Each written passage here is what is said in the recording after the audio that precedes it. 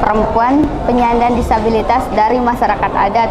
Kebetulan saya juga adalah perempuan disabilitas adat dari Batu Basi. Dampak perubahan iklim yang terjadi di wilayah saya itu adalah terjadinya perubahan seperti banjir dan bencana, sehingga membuat penyandang disabilitas itu mengalami kegagalan dalam pertaniannya, dan mereka mengalami dampak sangat luar biasa, kehilangan mata pencaharian, sehingga mereka melakukan seperti menanam ubi, menanam jagung. Itu adalah tanaman yang jangka pendek yang mereka bisa kelola. Selain itu mereka juga melakukan tanam cabai dan sayur-sayuran.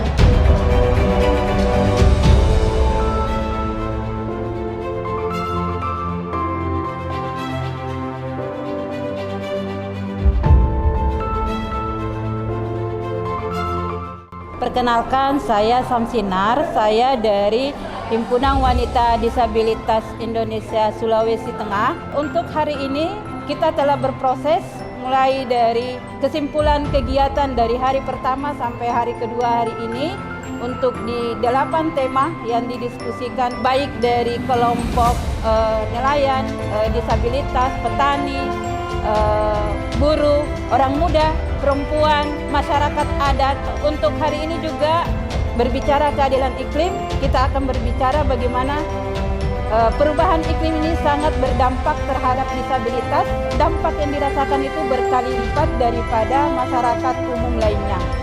Karena disabilitas merupakan kelompok rentan yang karena kedisabilitasannya sering mengalami diskriminasi. Dan yang terakhir, hari ini kami juga menutup kegiatan CJS ini 2025 dengan membacakan deklarasi perwakilan 8 komunitas yang mengikuti kegiatan hari ini.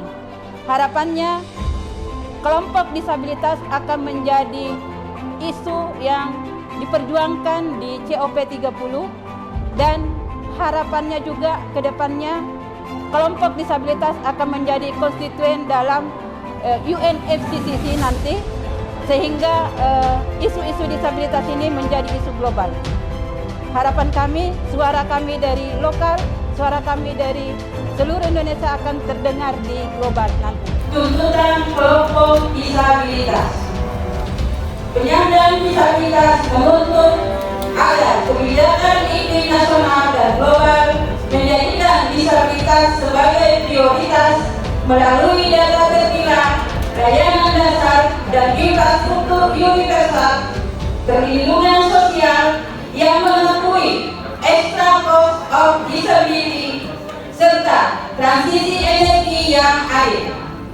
Partisipasi bermakna harus dijamin dalam setiap tahap kebijakan dengan sistem peringatan dini yang inklusif dan anggaran khusus. COP30 harus mengakui disabilitas sebagai subjek kunci dalam adaptasi, mitigasi, loss and damage, dan pendanaan dengan melibatkan organisasi penyandang disabilitas secara resmi dan menyediakan pendanaan khusus.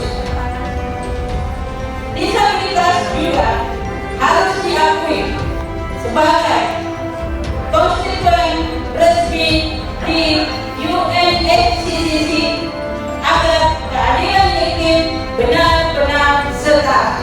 Perkenalkan, nama saya Wardah Bagis. Saya perwakilan dari ADF atau ASEAN Disability Forum. Saya berasal dari Lombok. Kami berharap pertama tentunya akan disahkannya RUU Iklim. Kemudian tentunya saya berharap tidak hanya menjadi omong-omongan saja, akan tetapi memang real akan berdampak kepada ragam disabilitas, ragam masyarakat, tidak hanya disabilitas akan tetapi perempuan, nelayan, buruh, dan sebagainya. Jadi itu harapan yang paling besar tentunya dari kami semua yang ada di sini. Saya inisiator dari Undang-Undang Perlindungan Masyarakat Adat, inisiator dari Undang-Undang Penghapusan Kekerasan Seksual, inisiator dari Undang-Undang untuk Perlindungan Penyandang Disabilitas. Saya ingin menyampaikan beberapa hal.